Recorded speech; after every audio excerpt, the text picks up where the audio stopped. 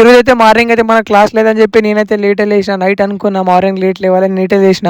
మా ఫ్రెండ్స్కి అయితే ఫోన్ చేసిన, ఆ పుసుకున ఫోన్ లేపలేరు. నేను ఇంకా స్టడీ హాల్ పోయారేమో అని అనుకున్నా. వచ్చి చూసాలకి ఇంకా రూమ్ లోనే వండుకురు. 10 ఎత్తున టైం ఇంకా లేవలేరు. ఇంకా వాళ్ళు ఎట్లైనా లేవరో నాకు అర్థమైపోయింది. నేనే టిఫిన్ చేయడానికి వచ్చిన కిందికి. వాళ్ళు ఎంత లేపినా లేస్తలేరు అసలుకి. ఎట్లయినా మళ్ళీ ఖాళీగా ఉన్నాం అని చెప్పి స్టడీ హాల్కి అయితే పోతున్నాయి. ఎందుకంటే రూమ్ నుండి బోర్ బోర్ కొడుతుంది, ఏం చదవబుద్ధి కాదు. స్టడీ హాల్ నుంచి సీదా హాస్టల్కి వచ్చి హాస్టల్ కొద్దిగా తినేసి డైరెక్ట్ క్లాస్ రూమ్కి వచ్చేసిన. కానీ ఇంకా సార్ రాలేడు. సార్ కూడా లేట్ అయింది. మా ఫ్రెండ్స్ కూడా రాలేరు. ఇంకా 2 అయిపోతుంది.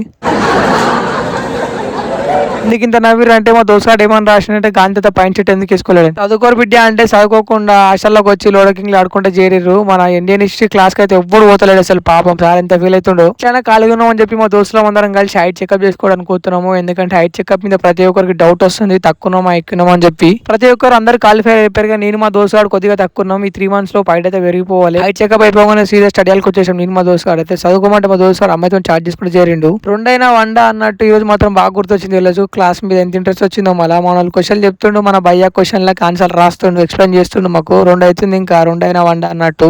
గుడ్ నైట్ మామ, టైం అయితే 2 అవుతుంది. Bye bye.